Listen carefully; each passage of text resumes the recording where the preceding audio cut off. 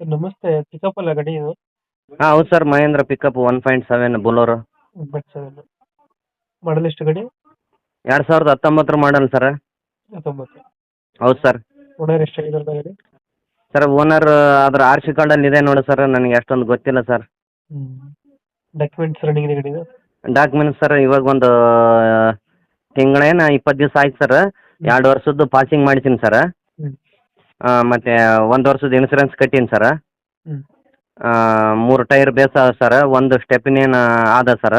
ಹ್ಞೂ.